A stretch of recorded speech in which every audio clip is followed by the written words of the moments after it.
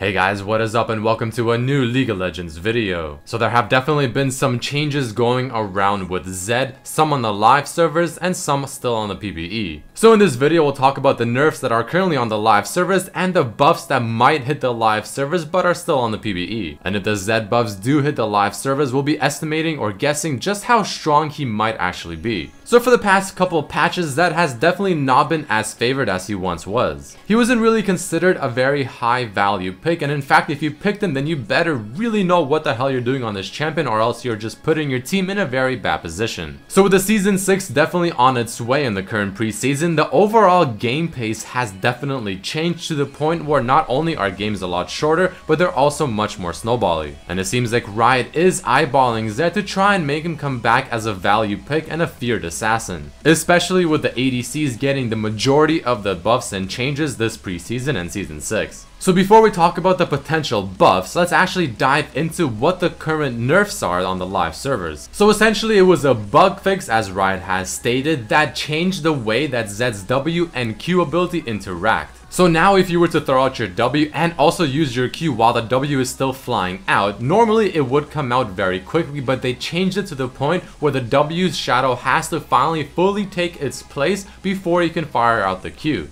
So Zed himself still does fire out the Q at the same exact speed as before, but the shadow does have a bit of a delay now. So the best way to actually see this nerf is, well, to see it in action. So as you're gonna see in this example right here, the Q flying out from the shadow feels a lot slower and much more delayed compared to before. So naturally if you're a Zed player, well, this kind of sucks, but if you hate facing Zed, or you're not a Zed player but you're a mid player, well, this is actually pretty good for you. So what does this really mean for Zed and Zed players? Well, without question, harassing in the lane with the WQ is gonna be more difficult, since of course the delay is there now. And it just makes Zed feel like a more clunky champion. Doesn't necessarily feel just as smooth as he once did. So if you still want to land those Qs from your shadow in the laning phase, which you probably do if you actually want to win your lane, a lot of the times you will most likely have to use your W and your E only, and then wait a couple of seconds before firing off your Q, because you can use the slow from your WE to guarantee the Q hits, or at least make it easier. Or you can bluff out your opponent and just use the WE and not necessarily have to fire out the Q, because the opponent naturally will be expecting the Q to come out within the next 2 or 3 seconds, so they'll be trying to dodge it, probably miss CS because they're worried about your Q, and it can let you play mind games like that. Now unless you play Zed quite a bit, chances are you won't really feel the true impact of this so-called nerf.